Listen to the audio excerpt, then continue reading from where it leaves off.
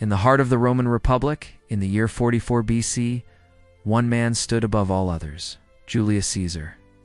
A brilliant general who led armies across Europe. A clever politician who built alliances and crushed enemies. A master orator who could persuade any crowd. Let's find out how. He had risen from humble beginnings to become the most powerful man in Rome. The year before, he had crossed the Rubicon, invaded Italy with an army, and forced the Senate to declare him dictator. Now he was returning to the capital to take his rightful place as the first citizen.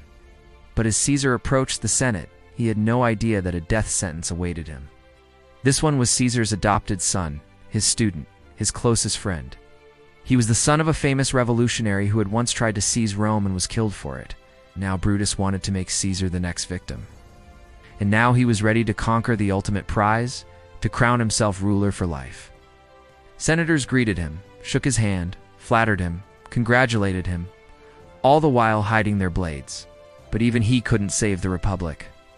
In its last moments, it looked like this: a mob of citizens tearing down statues of Caesar's assassins. In reality, it looked like this: Augustus becoming the first emperor of Rome, starting a dynasty that would last for centuries. It only makes it worse. And when Caesar finally sat down, they attacked. Even Caesar knew this. That's why when a senator warned him not to go to the Senate on the Ides of March, he simply laughed. He plunged his dagger into Caesar's chest, and then another and another. And when Caesar saw Brutus, he cried out, "You too, Brutus!" And with that, his strength failed him. He fell forward off the bench, staggering onto the steps below, where he collapsed and died, soaked in his own blood. But Caesar stayed in the saddle, shouting, "Beware the Ides of March."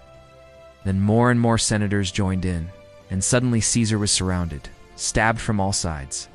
There were two groups in Rome, the optimates, the rich landowners who controlled the Senate, and the populares, the political upstarts who sided with the common folk. And so on that fateful day in the Senate, not only did Caesar die, but the entire political order of Rome died along with him. And we are left with the question, why? Why did Brutus betray Caesar?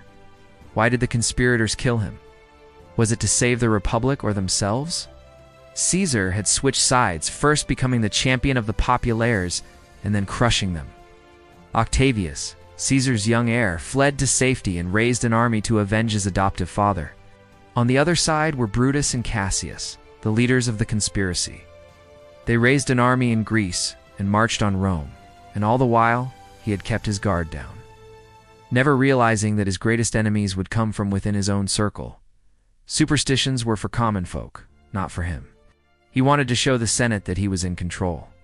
But Caesar had made many powerful enemies, not just outside Rome, but inside.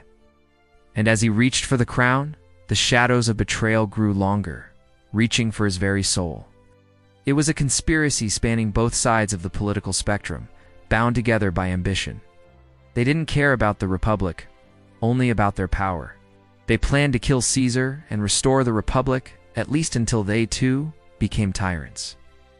They say that only the good die young, but that's not true. Sometimes the greatest die young, like Julius Caesar. The Roman Senate sat like a jury of gods, watching Caesar enter the court. The thing about dictators is that they have no friends, only flatterers. But Caesar had also made many enemies, and there were 60 of them. 60 senators who had sworn an oath to bring Caesar down. The ringleader was a household name in Rome, Marcus Junius Brutus. No, not that one yet. When Caesar entered the Senate, he saw nothing but smiles.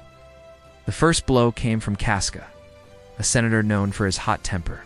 But what really broke him was not the knives, not the pain, but the face he saw among the attackers. The face of his betrayer, Brutus. Caesar was dead. But the Republic wasn't saved. In fact, Rome plunged into civil war. It was Octavius, later known as Augustus, who avenged Caesar and crushed the conspiracy. Republic was dead. Empire had risen. We'll leave that for you to decide. But here's what we know. Betrayal doesn't end tyranny. It creates something worse. Power always writes history in blood. So remember this tale. The next time someone tells you that violence is justified, because violence never ends tyranny. This is the end of the series, Caesar, the first episode in the new season of the History of Power.